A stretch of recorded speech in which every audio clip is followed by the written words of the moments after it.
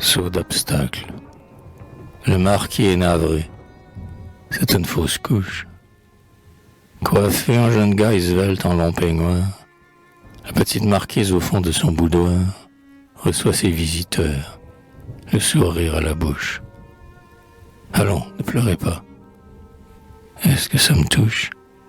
Dit-elle, toute drôle, au duc de bon vouloir, qui, datant du roi Louis, doit être au désespoir.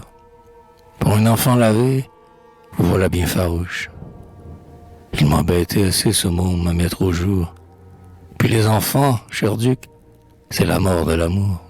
Enfanter et nourrir, c'est écœurant. Parole. Eut-on jamais l'idée à 20 ans d'accoucher? Aussi j'ai travaillé rageusement, en folle, cheval et saut d'obstacle, et je l'ai décroché.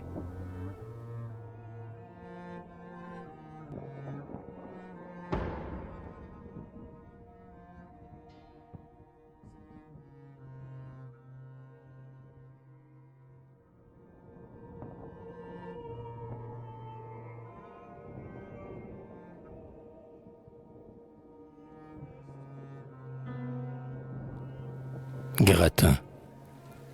50 louis. Banco. 25 nouveaux.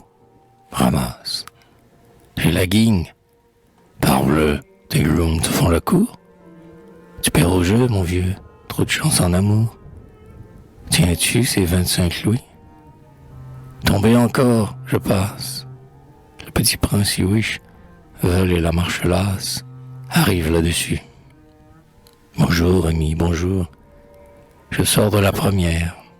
Ah, mes enfants, quel four. Une vierge encore vierge et tout le temps sans casse. Puis s'adressant au duc. Je cherche un vrai masseur. Un solide. As-tu ça? Dans la classe indigente, ça se voit. À propos, j'ai rencontré ta sœur. Laquelle? La marquise. Ah bon, l'intelligente. Elle était à Smiley? Avec nous? Bon, ma sœur. Mais elle n'ira pas loin. Ma sœur est exigeante.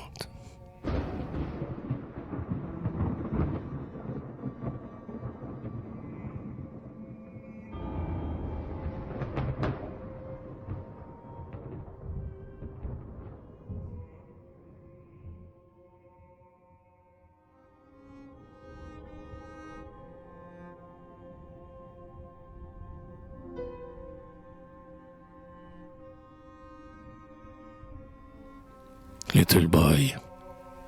La marquise entre, et moi, charmante et garçonnière, la jaquette en drap noir, le cou frêle étranglé, dans le petit col droit, plastron blanc épinglé, d'or anglais, cheveux courts, rose à la boutonnière.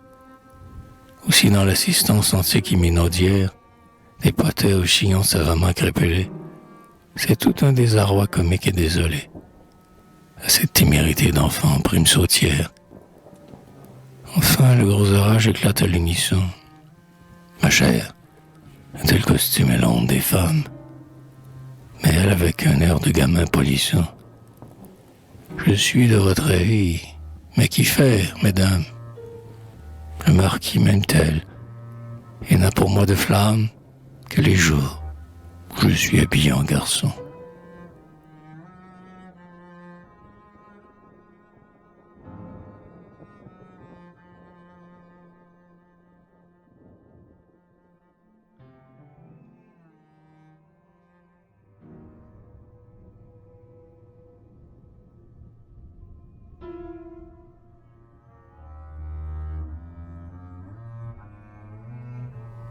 Adultère.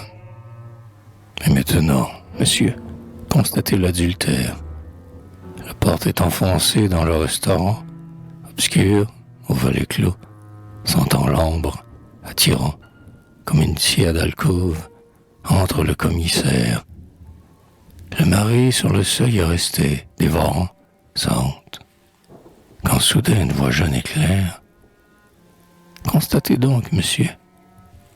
Et ne sachant que faire, le seigneur l'écharpe hésite en admirant. Car les cheveux défaits, les lèvres ingénues, Deux femmes aux yeux lasses, deux femmes demi-nues, causent, la coupe en main, sur un large divan. Une sueur au front, l'homme a rugi. Marquise. Elle alors sur un ton d'impertinence exquise. De quoi vous plaignez-vous? Je ne fais pas d'enfant.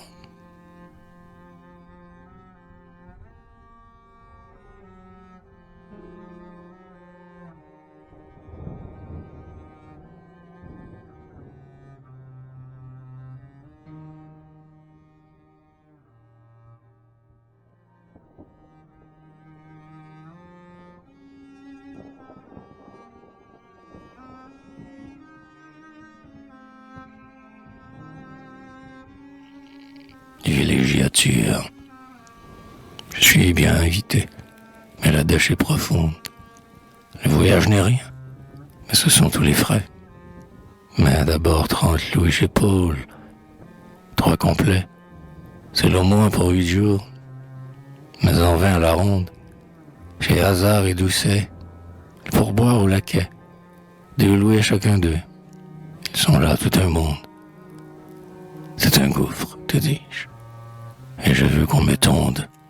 Je te fais grâce encore en tu frottant des bouquets. Alors le frère aîné de l'air d'un chat qu'on fâche. 25 ans, mince et fort, le nez droit, la moustache, couleur de seigle mûr, les yeux, que voilà. On t'invite à Bérode et tu n'irais pas là. La fille a 18 ans. Eh bien, compromets-la, et de force au besoin. Sinon, tu n'es qu'un lâche.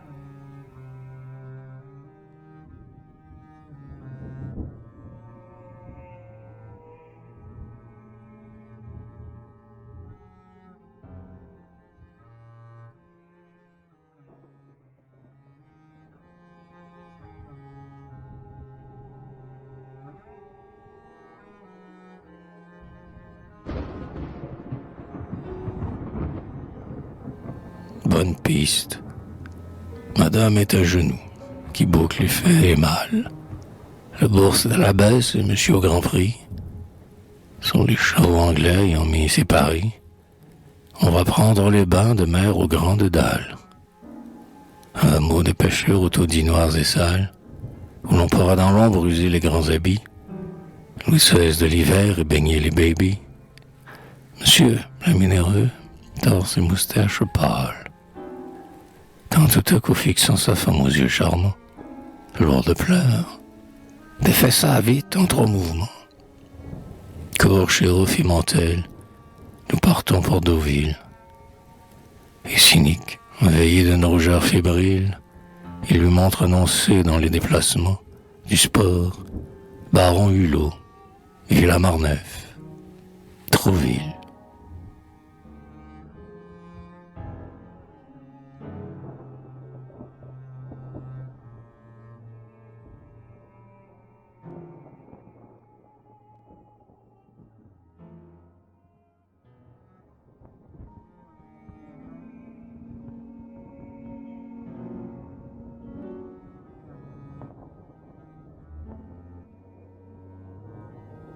Dit au club. Ah, l'aventure est neuve et piquante. En décembre, je connais la comtesse, un front veiné d'azur, des yeux battus, fort beaux, l'aspect d'un fruit trop mûr, qui pourrit doucement avec des senteurs d'ambre. On m'avait prévenu. Te voilà un de mes membres, du cercle des passants, m'avait dit Jean, impur. C'est tout moi. Ah, vraiment, dis-je, cet ami sûr? Bon, je la lâcherai pour sa femme de chambre. C'était assez coquet. Le mois a voulu passer. Je viens vous annoncer, cher, une impolitesse. J'ai vu par votre hôtel certains minois rosés que j'ai mis en voiture. Enfin, dit la comtesse, vous avez de l'esprit. Moi, je suis la maîtresse d'Harry, votre cocher. Elle m'avait croisé.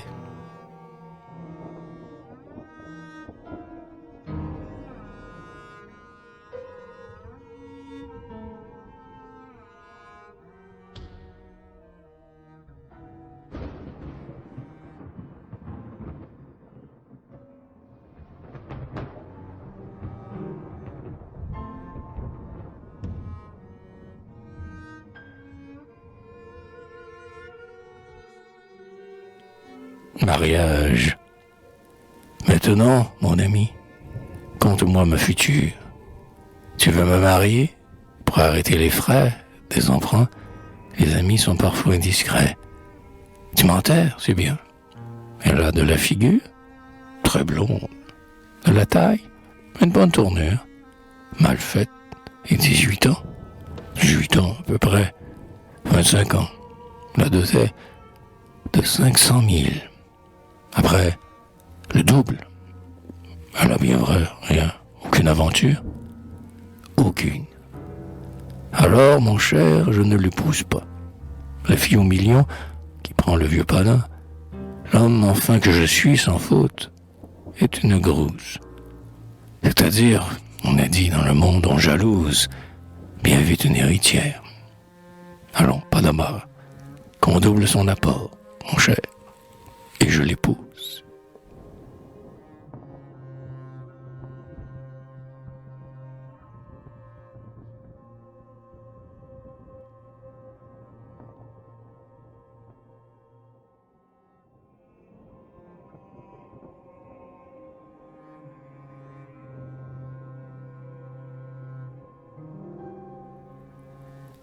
Jockey. C'est l'heure où l'on descend fumer aux écuries. Les invités du duc, allumés de toquets, veulent complimenter dans Harry le jockey, le vainqueur du derby. Les boxes sont fleuries, de genêts doux, avec les armes moiries. Et c'est le crest écossais en or sur fond d'azur. Les boys impertinents, rangés contre le mur, croient devoir faire au lord des mines ahuries. Harry Less, le héros de la fête et du jour, plus hautain qu'un lord maire au milieu de sa cour, de palefrenier gourmet, prend son thé vert et laisse défiler devant lui les lords de la noblesse, plein du cynique et froid mépris et de la drôlesse pour ces gens qu'il fait perdre et gagner tour à tour.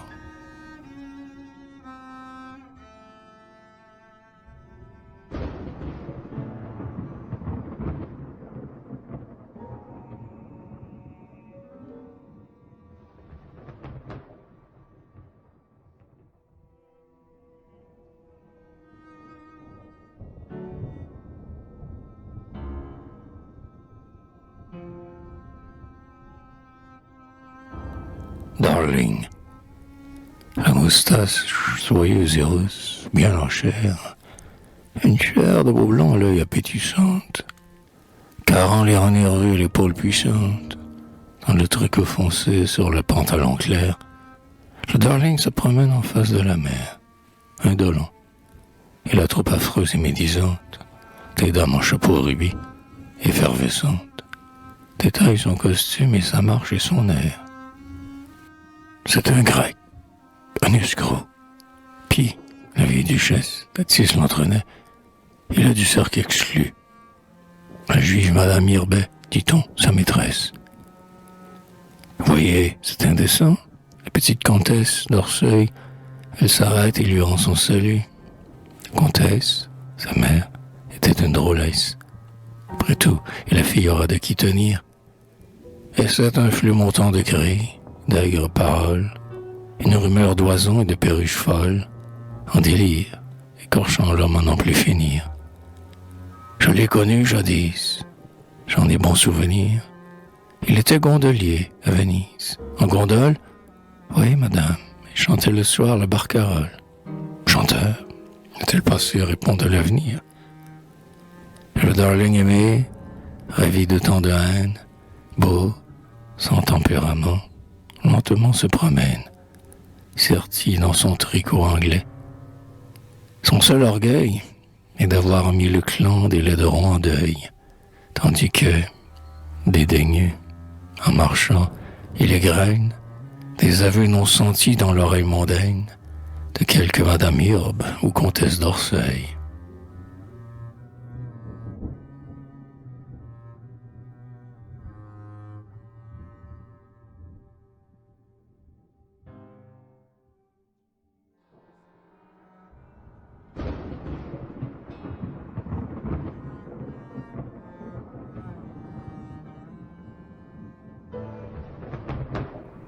isolé, seul, et c'est là l'énigme étrange de sa vie. Le soir, à l'opéra, dans sa loge, au retour, du bois, dans son coupé, seul on le voit toujours, partout, sans un salut, sans une sympathie.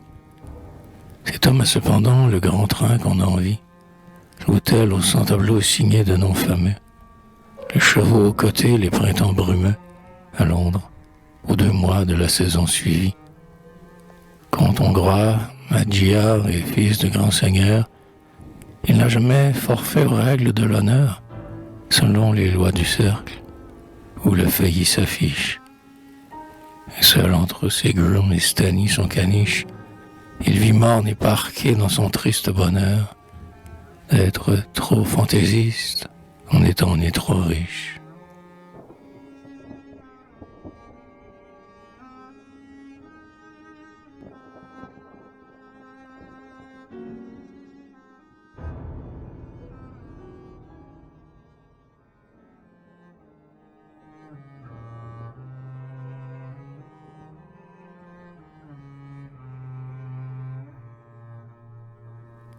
Athénienne. 5 heures, dans la serre, au fond de l'avenue Kléber, les cavaliers, les fins Tilbury descendent au grand trot. Ici, de bleu iris, ses feuilles dans la vasque, riz, nymphe ingénue. Une psyché de marbre et, comme psyché, nue, grelottante, les seins roses sur le fond gris du vitrage. Dina sourit, les yeux meurtris, à son amie Alice. Alice est en tenue d'atelier, cheveux courts, le pantalon collant et le veston fleuri d'un brin de lilas blanc. Au col, un flot de tulle et de guipures anciennes. Elle étreint lentement dans sa pose païenne la vivante psyché, puis d'un ton bas, troublant, presque éteint, lui chuchote à l'oreille. Athénienne.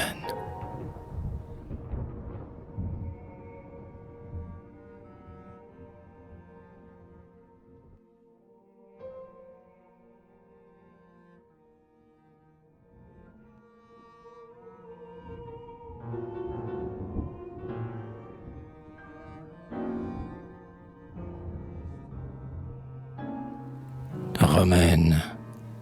Soir de fête à Grenelle, école militaire.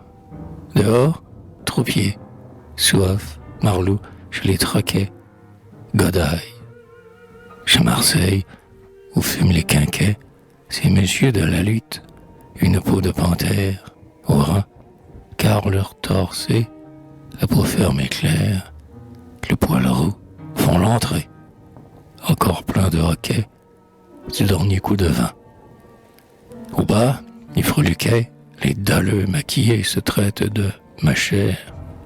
Chosette, au bras d'un peintre, exquise en satin noir, venue, elle pour rire, et lui voulant tout voir, pense qu'il serait doux peut-être, un soir d'orgie, de connaître un vrai mâle enfin. La nostalgie du ruisseau, de l'amour et des anciens boui-boui. Mais Chosette est en dèche et Pietro vaut 3 louis.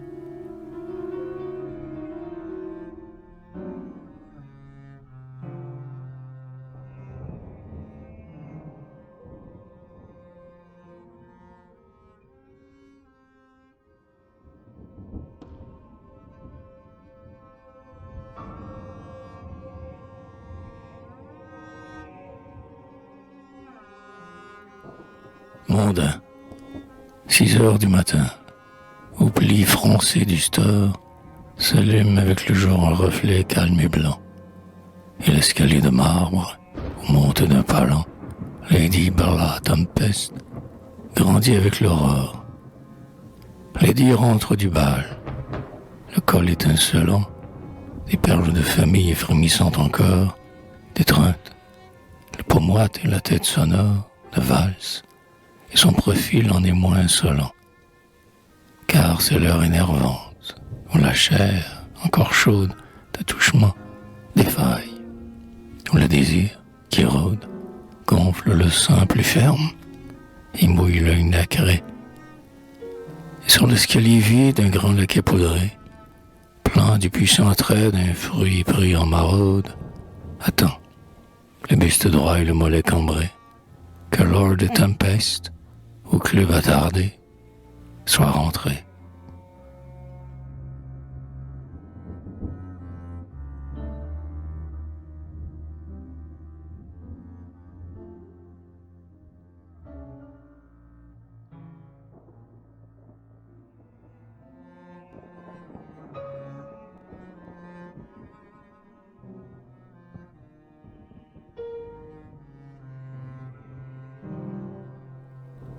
Le mari vieux, jaloux, maussade et sans esprit, vous avez deviné. Non pas, ne vous déplaise, Monsieur Stess a 30 ans, œil noir, tenue anglaise, 3 millions en plus, mais il est le mari.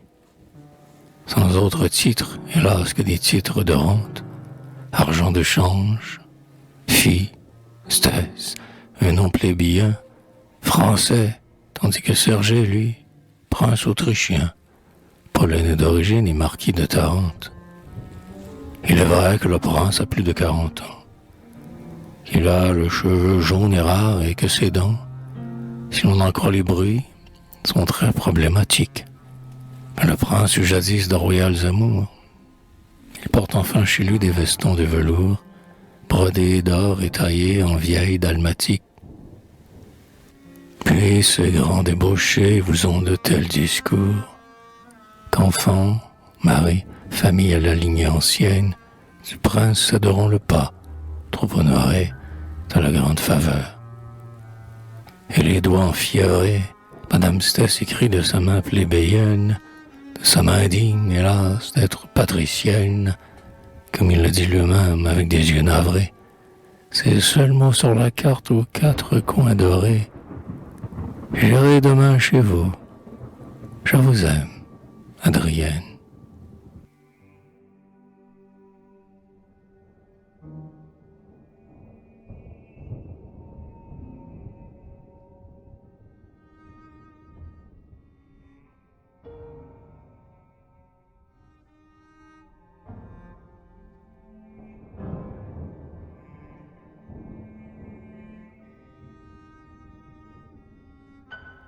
Presque un bouge, une salle infâme, emplantie, des filles en cheveux dansants, une lueur dans l'œil, entre les bras de gros gars en sueur, et la chute des pas dans la crasse amortie. C'est de ce bal hideux qu'elle est un jour sortie, elle qu'on voit conduire au bois chaque matin, attelée au poney, la charrette en bois peint, dans sa robe en chevillot écossais bien sertie. Quand le comte est absent, c'est là qu'en satin noir, dissimulé, obscur et seulement trahi par ses pendants d'oreilles, elle revient le soir. De bal, et là, dans l'ombre assise, elle lui en flamme. Elle épie. Elle suit les ébats de ces dames, aux bras de gars, bâtis en garçons de lavoir, qui ne paient pas leur boc et qui battent les femmes.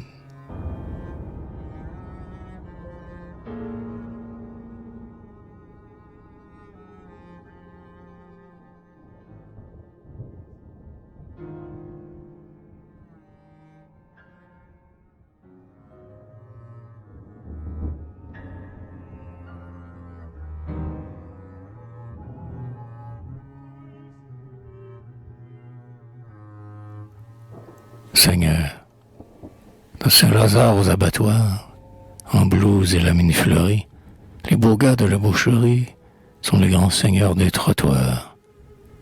Blême en bonnet de lingerie, l'ambulante, en caraco noir, qui rôde autour de l'assommoir, aime un gars dans la boucherie. L'artiste phtisique, amaigri, qui vient boire à minuit le soir, le sang de bœuf à l'abattoir, sent dans sa poitrine flétrie renaître la vie et l'espoir, quand, tout fumant de la tuerie, le beau gars de la boucherie lui tend la tasse de sang noir. Et les longs jours de flânerie, le petit homme aimé, que vont voir, somptueuse, en satin noir, les servantes de brasserie. C'est la mine rose et fleurie, un assommeur de l'abattoir.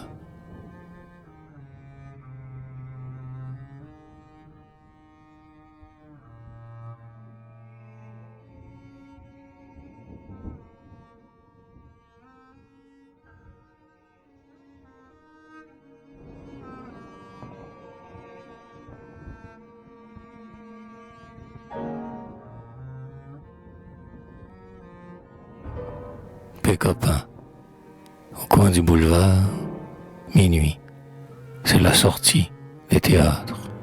Rangés le long des grands cafés, hauts cravatés de blond, corrects et bien coiffés, des petits messieurs blonds la mine à Betty prennent leur chocolat. Charmante galerie, jeunes forçats du pchut, aucun d'eux n'a dîné, mais chacun le col étroit du boudinet, la cravate neigeuse et de lys d'or fleuri. Pour calmer l'estomac révolté qui se venge, ils souperont dans l'ombre en rentrant d'une orange, et Paris les a crus ce soir à l'opéra.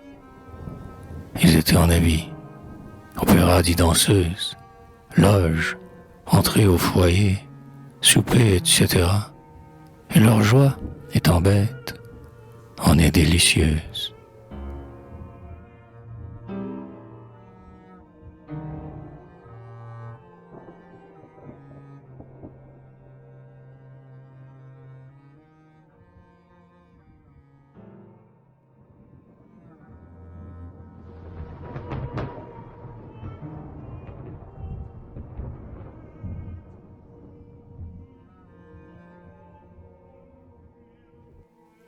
Une puissance.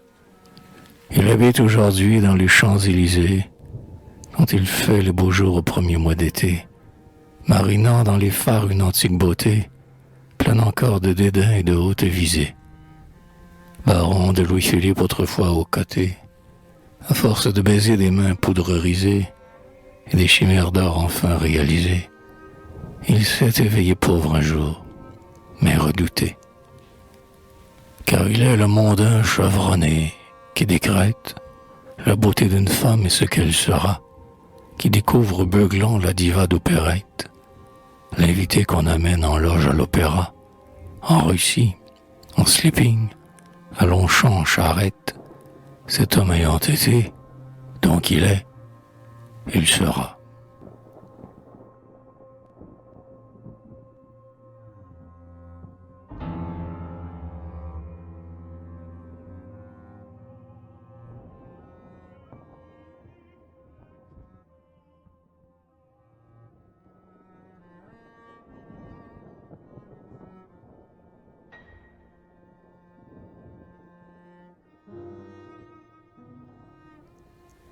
Décavé, correct et mis à peindre, en costume garifère, tubé, rasé de près et la peau satinée, deux par deux, stick en main, toute la matinée, on les voit faire au bois les 100 pas du machère.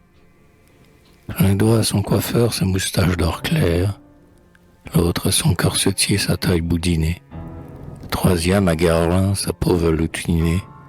Chacun me prit l'objet dont il est fier. Vieux beau, pourvu trop tard de conseils de famille, prétentieux chercheur de beau-père rêvé, de la concorde au bois, ce sont les décavés. Les décavés, dit-on, au fond, ce sont des filles. Filles sous leur fraîcheur de mâle trop lavé, comme les filles, las de n'être pas levées.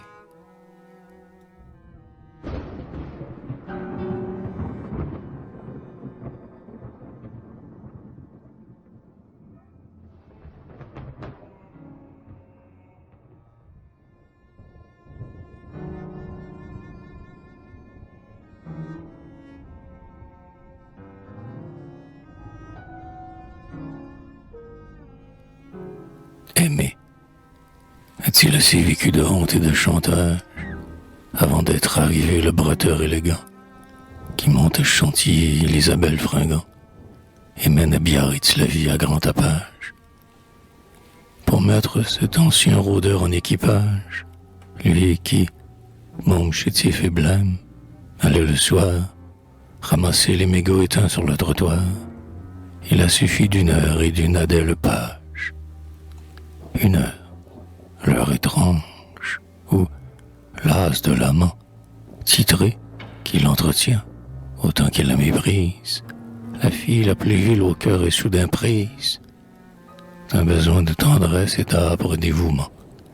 Femme saoule d'affront, un peu d'amour la grise, et riche est le voyou qui passe au bon moment.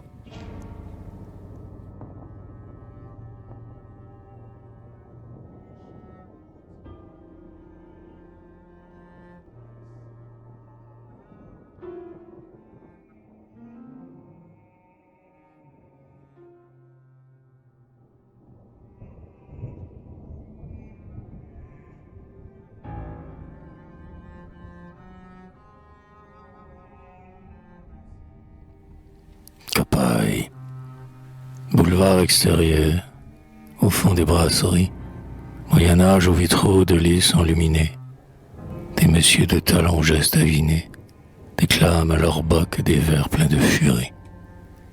Dehors, bravant novembre et son intempérie, autour de trois quinquets, des gens tréminés boivent avec des yeux ardents d'halluciner la chanson d'un joueur d'orgue de barbarie. Mêlés à des gamins, à des vieux ouvriers, des messieurs en chapeau, rôdes, petits rentiers, venus pour respirer l'odeur de ces canailles. Et, tandis qu'ils sont là, gros à l'art de mangeaille, un grand blousard, puant l'âcre vin des septiers, les bouscule du coude en criant « copaille !»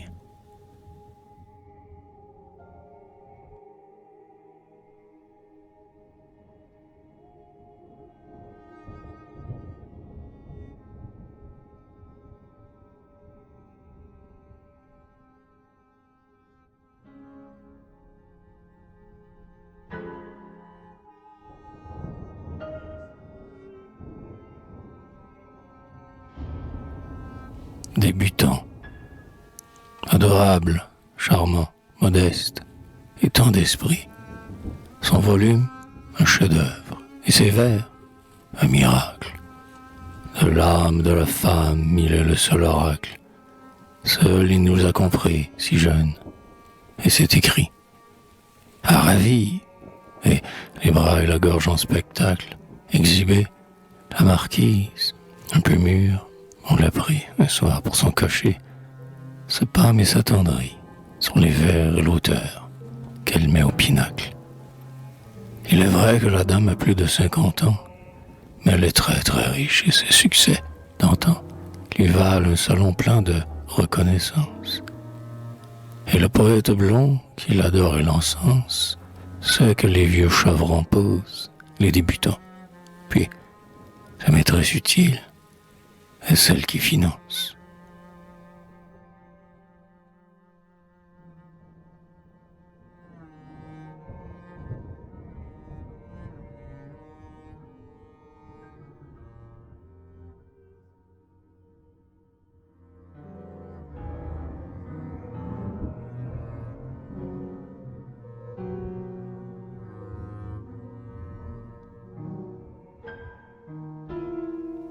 Acrobate.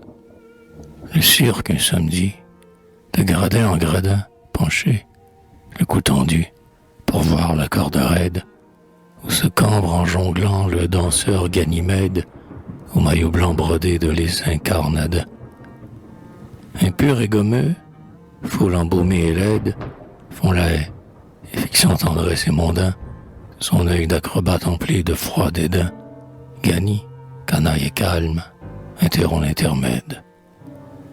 Il promène insolent son regard clair et pâle, de la hausse épinglée au suave améchie, dans laquelle et duquel, hélas, n'est-il ici l'amant ou le rival heureux.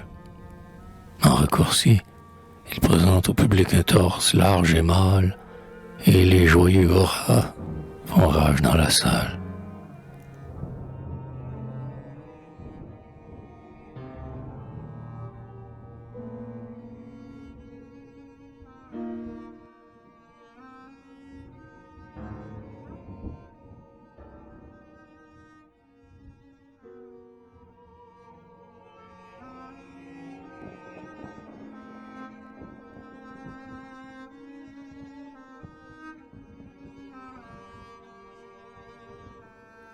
parisiennes.